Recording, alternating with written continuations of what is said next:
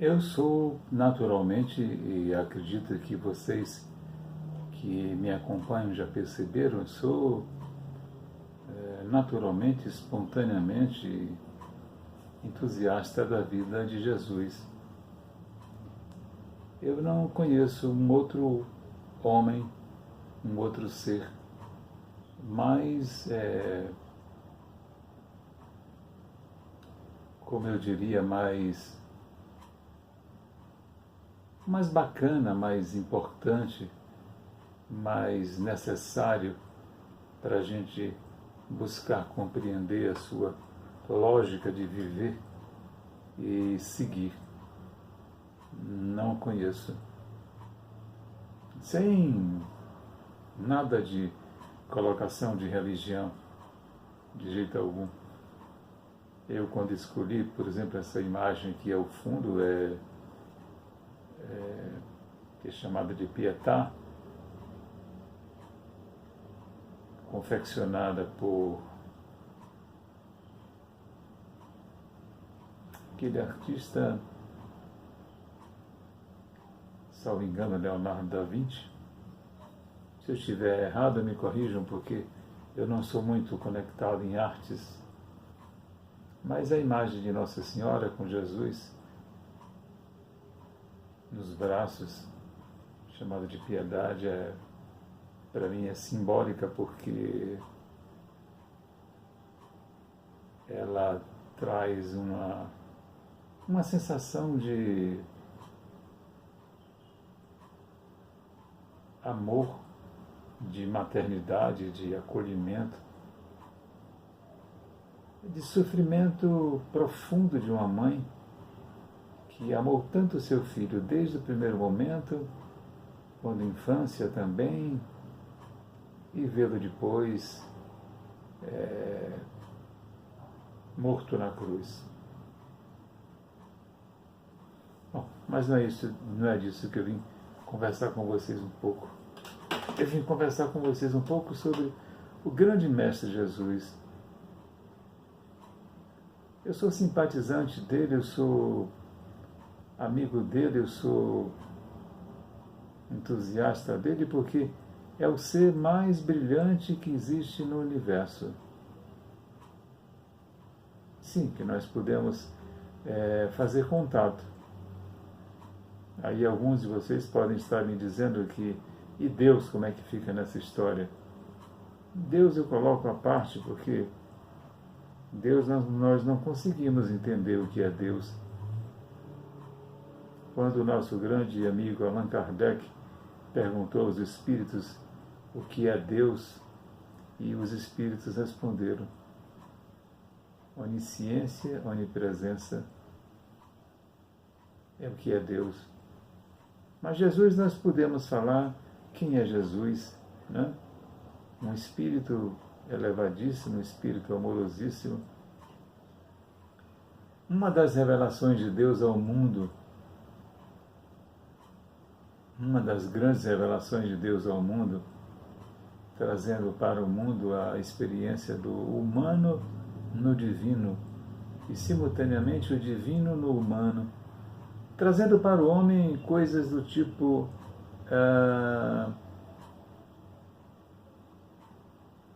vocês precisam aprender a amar mais. Vocês precisam aprender a amar. Amar é a coisa mais bela que existe na vida e é a única coisa que vai salvá-los uns dos outros. Senão vocês vão se destruir uns aos outros.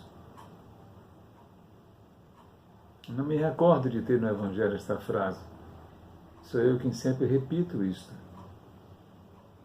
Mas ele disse mais ou menos assim: aprendestes o que foi dito, se referindo a Moisés, olho por olho e dente por dente.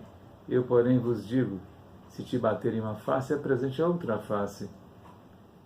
Se te agredirem, mostre a possibilidade de se tornarem companheiros, parceiros e não necessariamente amigos.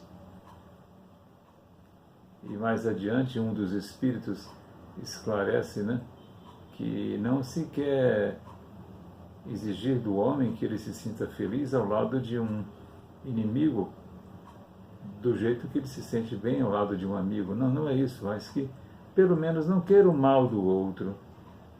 Né? Aí eu diria com minhas palavras, isso é uma forma de amar. Isso é uma das formas de amar.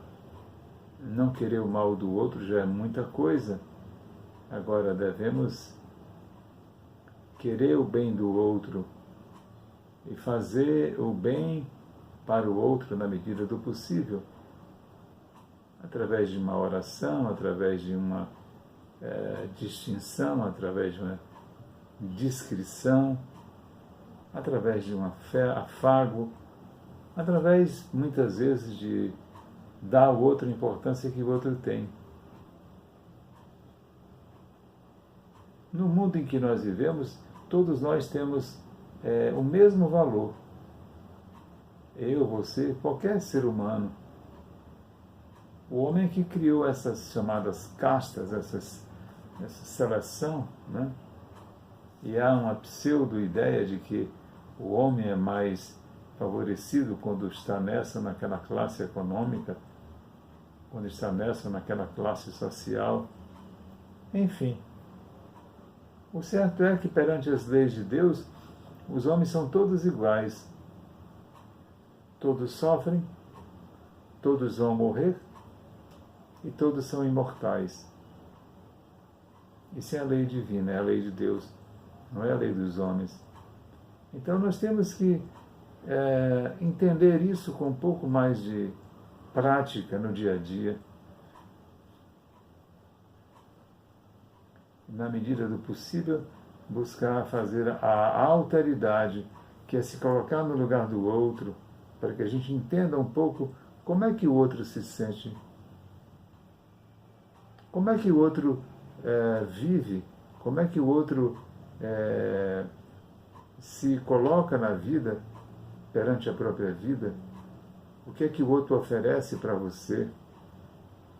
Então nós somos seres humanos, espíritos imortais, que estamos aqui em uma experiência muito curta e que ainda vivemos como se estivéssemos vivendo na época de Moisés, dente por dente, olho por olho.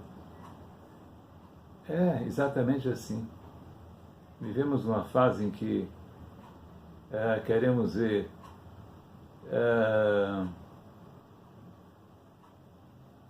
eu recebo muitas vezes vídeos, e vocês recebem também, querendo ver pessoas presas, pessoas... Eu lhe confesso que me sinto profundamente envergonhada ainda pela raça humana, pelo meu irmão que é humano, regozijar de ver o outro preso, sabe? Eu não vou dizer que simpatizo com quem é preso porque cometeu crimes, de jeito algum, mas daí até sentir prazer e alegria vai uma distância muito grande.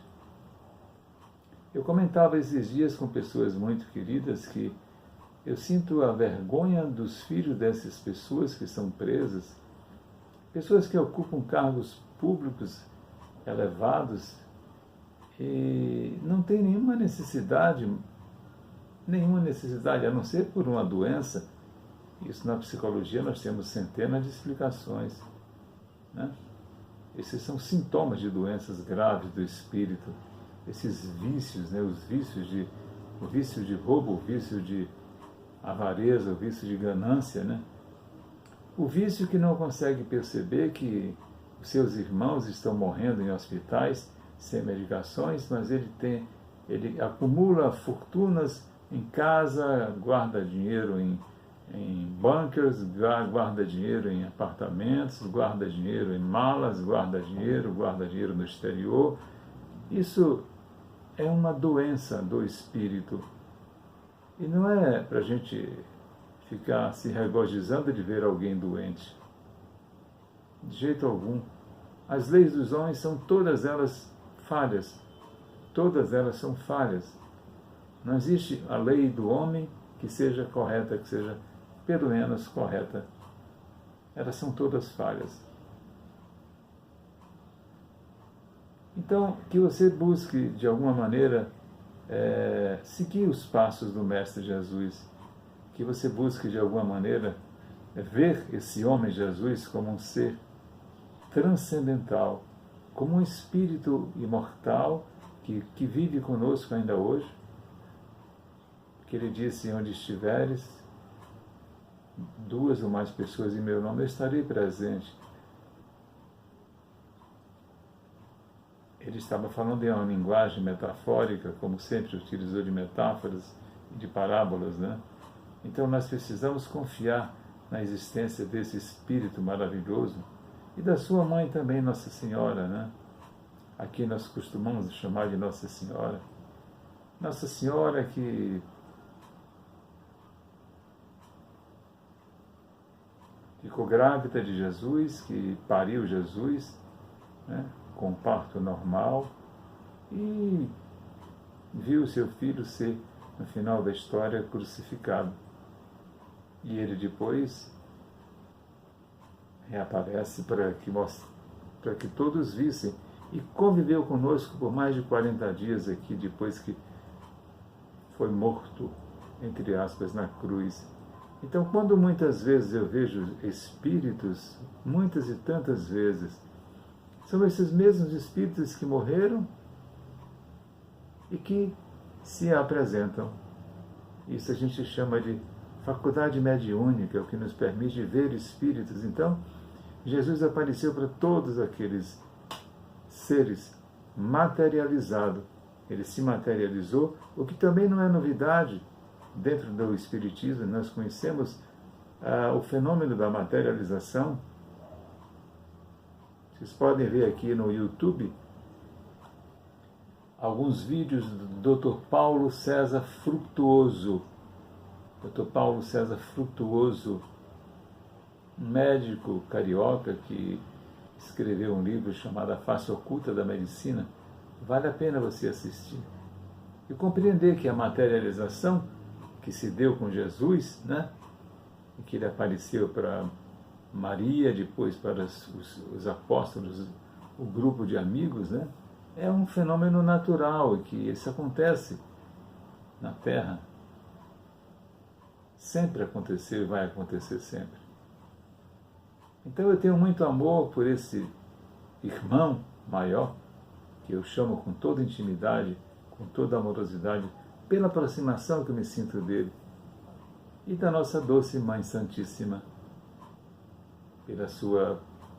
pelo seu equilíbrio, pela sua retidão de ter recebido esse compromisso tão grave de receber o Mestre Jesus e saber que ele iria ter um fim como ele teve.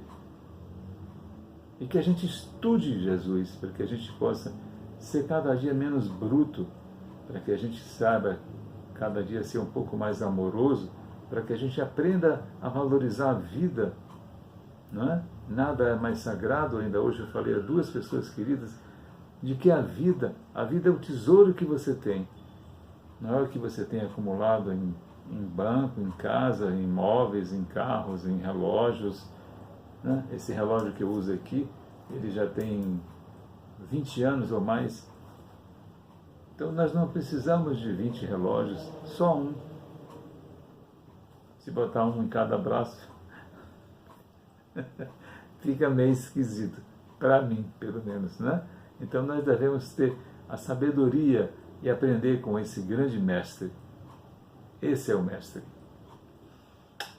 Um beijo para você, um abraço amoroso, de muita paz, e que Deus abençoe sempre a sua vida e Jesus seja sempre seu companheiro de mãos dadas. Muita paz.